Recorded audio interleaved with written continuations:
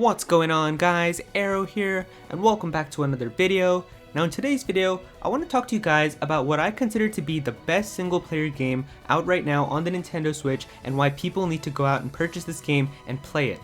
Now the game that I'm talking about is Xenoblade Chronicles 2, and man, I just have to say this game is absolutely ridiculous. Like, how amazing this game is, I cannot even describe in words. Like, I'm probably gonna miss so many things in this video. I made a list of like every single thing that I love about this game, and that list was over 100 plus things, so I could easily talk about this game for hours and hours and tell you guys why it's so amazing, but I tried to condense everything into this video and give you guys an idea of why you need to play it.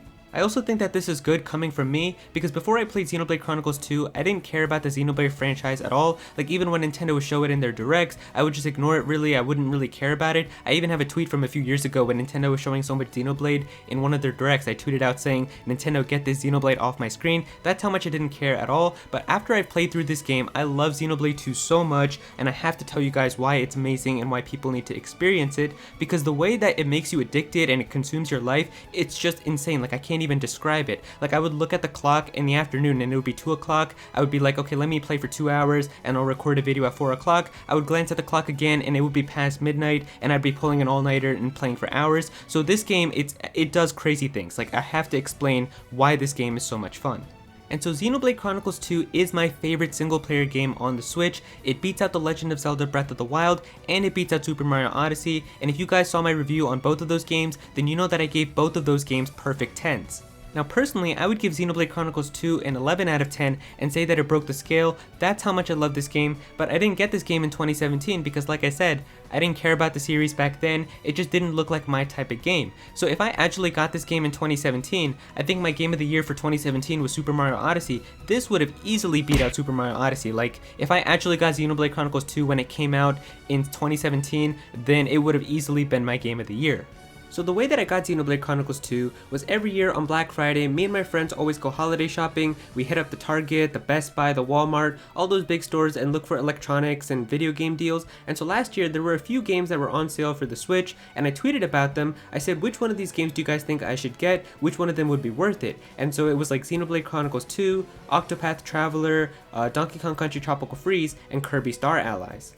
Now, if you guys voted for Xenoblade in that tweet, like if you followed me at that time, thank you so much. Like, I don't even know what I'd be doing if I never played this game or ever gave it a chance, but everybody who voted for Xenoblade in that tweet, everybody who told me, because I got a whole bunch of people who tweeted to me as well, they were like, definitely get Xenoblade, you're not going to regret it, it's a really good game. And so I saw it was on sale for like $30, everybody was telling me it's a really good game. I was like, okay, I guess I'll just give it a chance, and I ended up buying it. And so the reason that I'm making this video is because the one thing that disappointed me after playing through this legendary game is finding out how many people actually purchased it. Now, this is the best-selling Xenoblade game, which is a really good thing, but the one thing that just makes me really upset is seeing how this game performed compared to the other games on the Switch. And the one thing that really upset me is the fact that right here you can see in this image, freaking 1-2-Switch, the game that nobody likes, the game that everybody is mad that they spent their $50 to purchase, has better sales and sold more than Xenoblade Chronicles 2. And so after playing it, I just knew I had to make a video to convince as many people as I could to buy this game. Now, if you follow me on Twitter, then you already know that I convinced a bunch of people on there to buy this game, and a lot of people even send me pictures of them getting the game, and I always retweet them. So I've already convinced like over 100 people on Twitter to go and give this game a chance, but I know obviously I've got more people here that watch me on YouTube, so I figured I'd just make a video. And so before I start talking about the game, there are a few things that I want to clear up. The first one is, if you go out and purchase this game, does this mean that you're going to get the same legendary, life-consuming, addictive experience that I did? Of course it doesn't. Just like every single game isn't for every person, the same thing applies here. If RPGs and games like that just aren't your type of thing, then you're probably not going to enjoy this game. But what I will say is, if from the stuff that I mentioned in this video, if this game does sound interesting to you, if it does pique your interest, definitely give it a try. And then really the second thing is, just don't judge this game from what it seems like on the outside. Definitely buy it and give it a chance. The thing is, I understand, like, even I'm guilty of it. From the way that it looks on the outside, it doesn't seem like it would be a fun, crazy game. It just seems like this kid running around in this world with his girls. Why would it be a fun game that I would even want to get?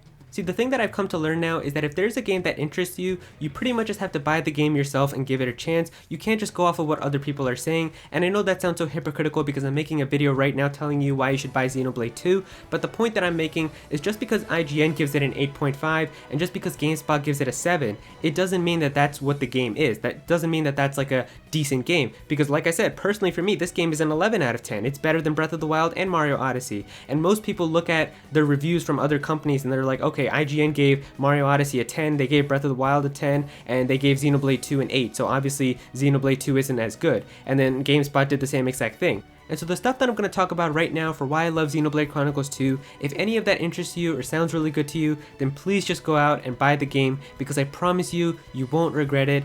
Every single person who I've told on Twitter to buy this game has come back saying, Aero, you were right, I didn't even realize how much I would love this game, I ended up liking it way more than I thought I was gonna, it's a really amazing game. And the same thing applies to me as well. Last year, if you told me that Xenoblade Chronicles 2 was going to be my most played game on my Switch, I would have slapped you so hard and laughed in your face, but here we are right now, where I have over 300 hours in that game. I have barely even finished everything that I want to, and I'm making a video telling you why it's so amazing. So let me just get into it. Let me tell you all the stuff that's amazing about this game. So the first thing that I want to talk to you guys about are the characters.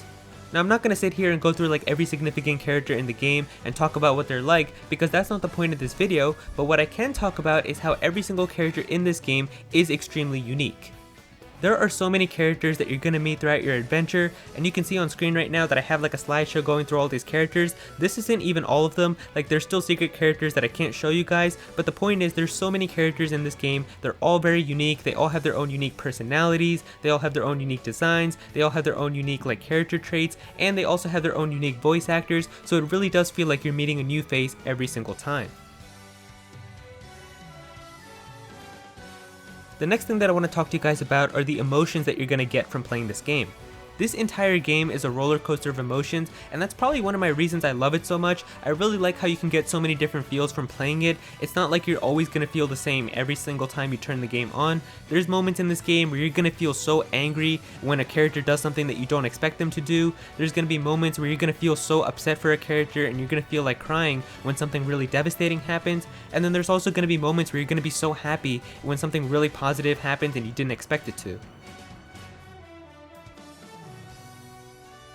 The next thing here is about the world, and the world of Allrest inside of Xenoblade Chronicles 2 is just so amazing and beautiful, but I'm not going to sit here and pretend like there's no other beautiful games that exist on the Switch. Obviously Breath of the Wild looks amazing in certain places, I definitely have some really pretty screenshots from that game, and there's even screenshots like that from Super Mario Odyssey, but I do want to say that you shouldn't ignore Xenoblade Chronicles 2 as well, because there's a lot of beautiful aspects from that game in terms of how the world looks.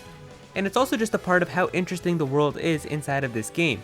There's actually no planets that exist, but rather every single kingdom or country is a big titan beast, and there's a whole bunch of people living on top of this animal as well, and that's exactly how it is for a whole bunch of these countries, and all of these titans are revolving around a giant tree in the middle known as the World Tree. It's just a very interesting concept, and it really makes you wonder how this world is. Now, by far one of my favorite parts of this entire game is the aspect of friends. See, the thing about most single player games is that you're usually just the main character by themselves exploring in this world.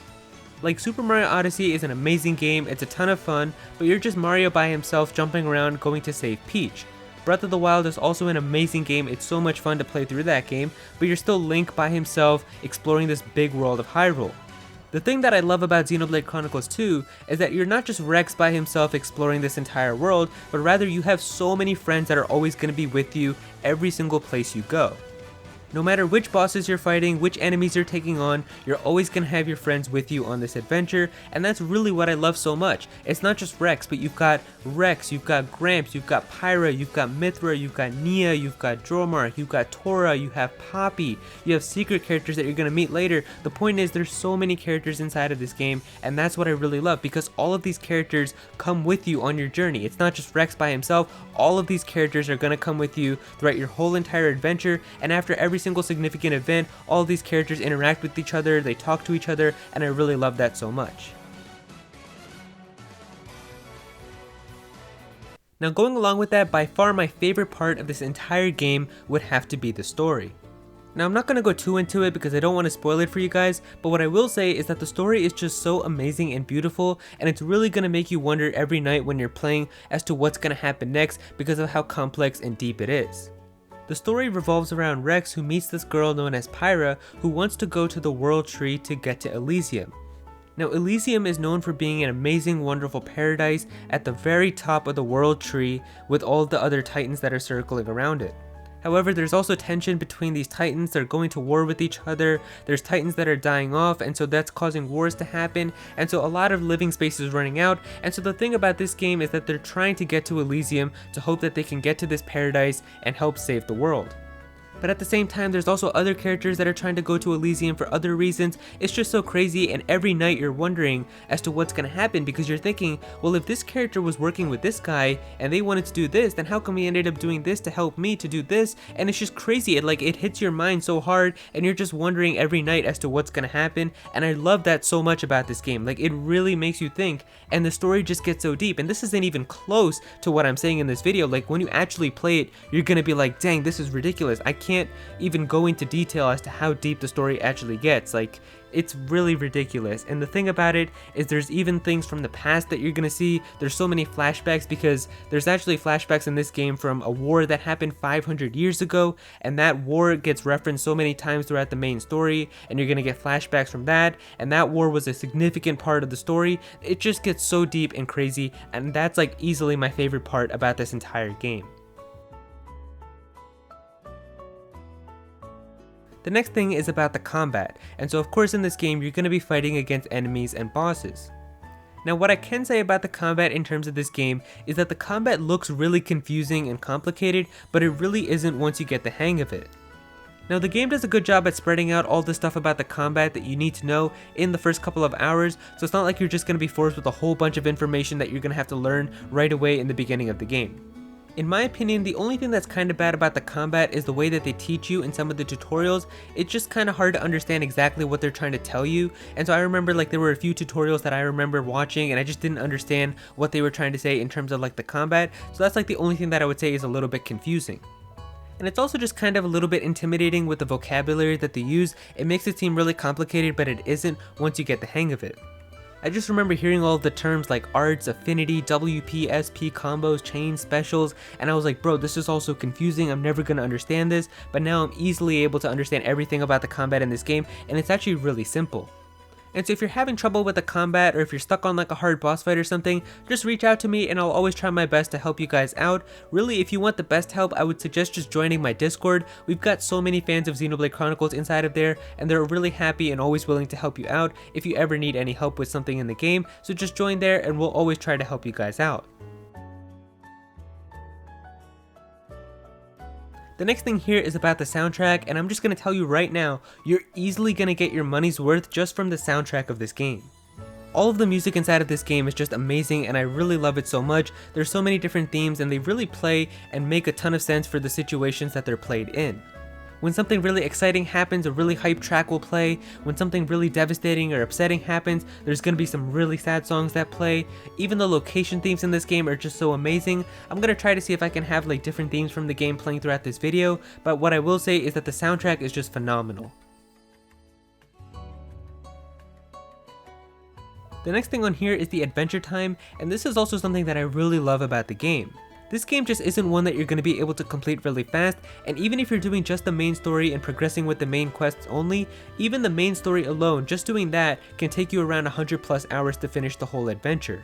And so personally, I love games with a really long adventure to have that whole entire experience all the way through, instead of games that I can just finish in 20 to 30 hours, and so that just makes the game a lot of fun.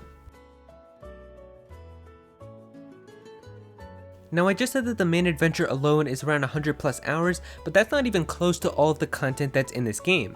If you actually did all of the content that this game has to offer, there's so many hours of playtime that you could get out of this game. There's side quests that you're going to find as you're doing your main adventure, so if you do all of the side quests, that easily adds another 250 hours to your adventure. There's a whole bunch of secret areas to explore and just locations to find. The world is really big as well. There's treasure chests to open, so if you like exploring and looking in nooks and crannies all around the world, that's going to add another 300+ hours, so you could easily get an 800 to 900 hour adventure. But even on top of all of that, there's still so many other things that you could do as well. There's like other character charts that you can fill out, there's other characters that you can talk to for other missions. There's a lot of potential things that you could do with the content. So I can tell you right now, even with like the 350 hours or so that I've put into this game, I think even with like 2,000 hours, there's probably still stuff that I could do inside of this game. So the content is absolutely ridiculous.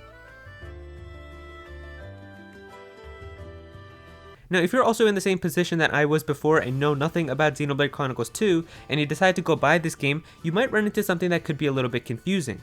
Now, what I'm talking about is if you go to a store or if you go online to buy this game, you're going to see that there's actually two of them. One is going to say Xenoblade Chronicles 2, and the other one is going to say Xenoblade Chronicles 2 Torna the Golden Country.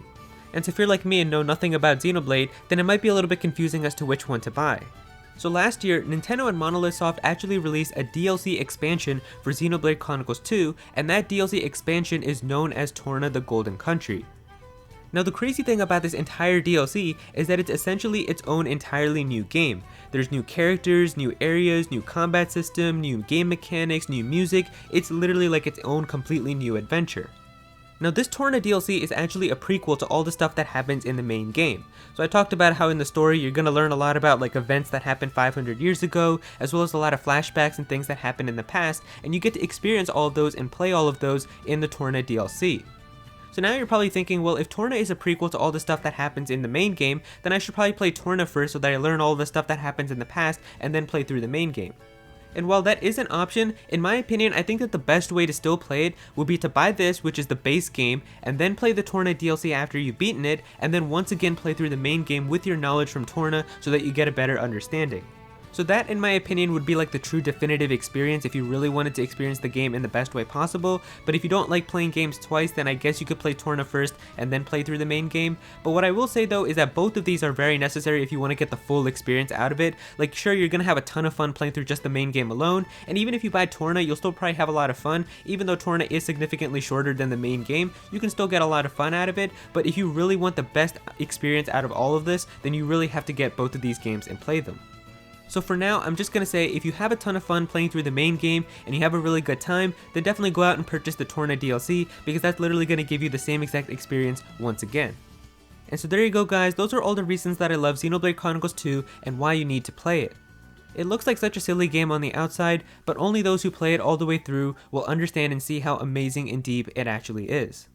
Now just like every other game, this game also isn't for everyone. You could very well play this game all the way through and not have a good time, but what I will say is if anything in this video that I talked about with the game interested you, definitely go out and play it. If you really like having deep characters, games that can give you a whole bunch of emotions, a really amazing world, having a whole bunch of friends with you throughout your adventure, having an extremely deep story, having a cool combat system, amazing music, a long adventure, if any of that stuff actually makes you really interested, then you're gonna have an amazing time with this game, and I highly recommend it.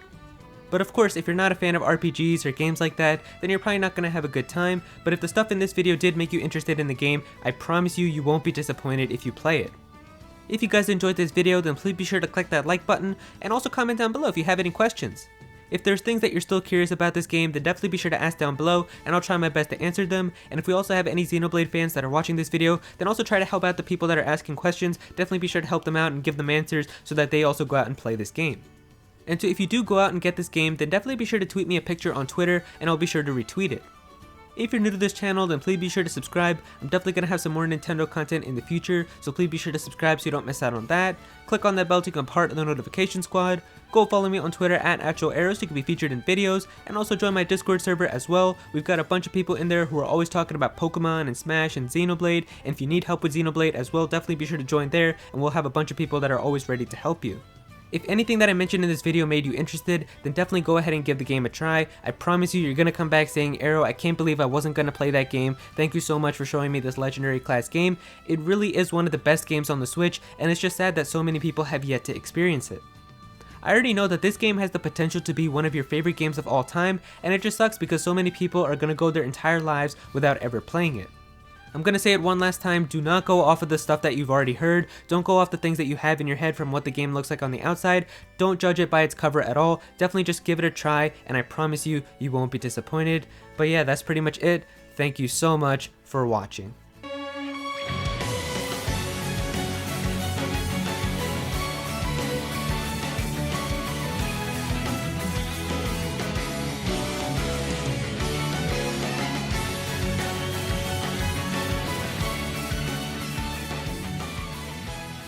Don't forget me!